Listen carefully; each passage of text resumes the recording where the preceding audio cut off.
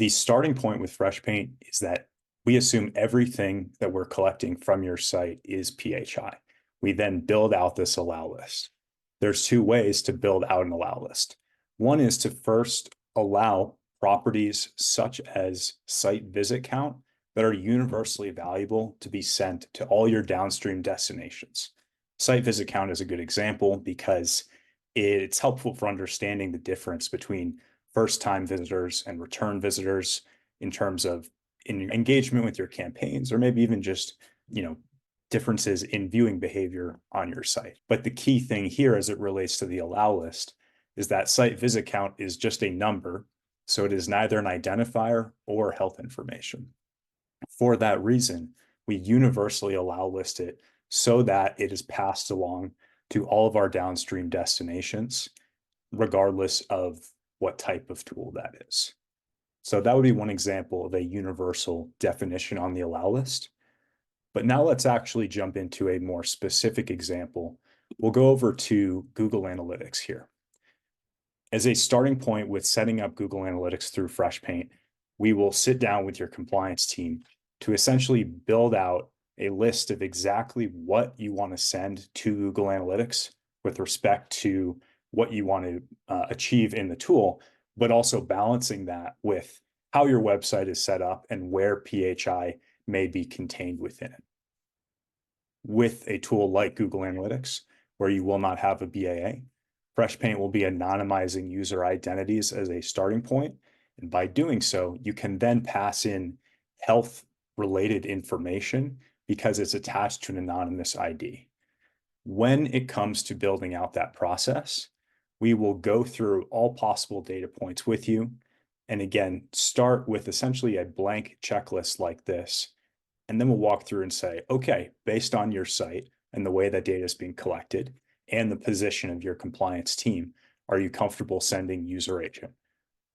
Most of our customers are in the case of user agent, because this data point is really just helping you understand the difference in type of device that your visitor is accessing your site from, whether that would be, a mobile device, cell phone, or compare that to a laptop or a desktop experience.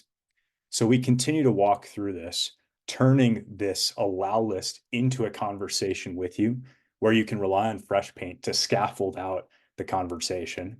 But then we ultimately look to you to provide guidance on how your site is set up and what your compliance team is comfortable building out.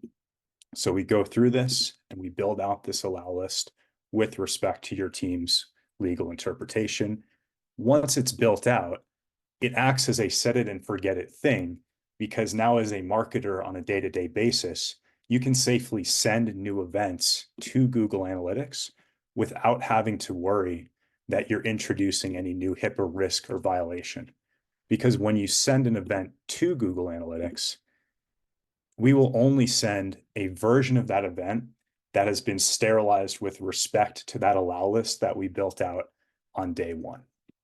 So that's how you can use Freshpaint to send new events to a tool like Google Analytics safely. Finally, once all this is said and done, we give you the ability to essentially validate and verify the before and after of what Freshpaint initially collected from your site, which you'll see on the left here.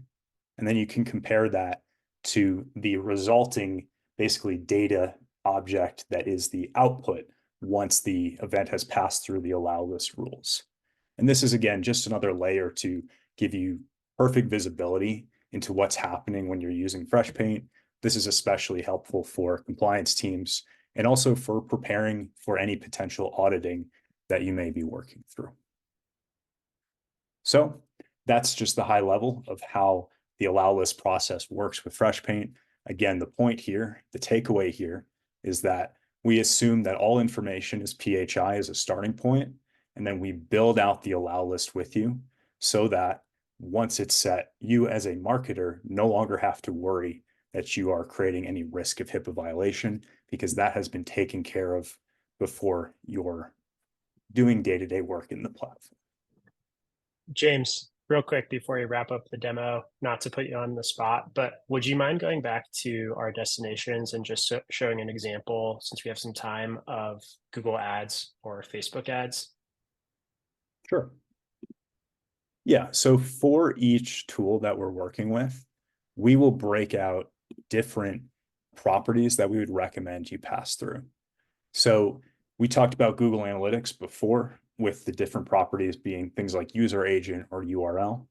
But when it comes to integrating with a tool like Facebook, there's actually required properties. So in this case, user agent is a required property just to even get Facebook ads off the ground.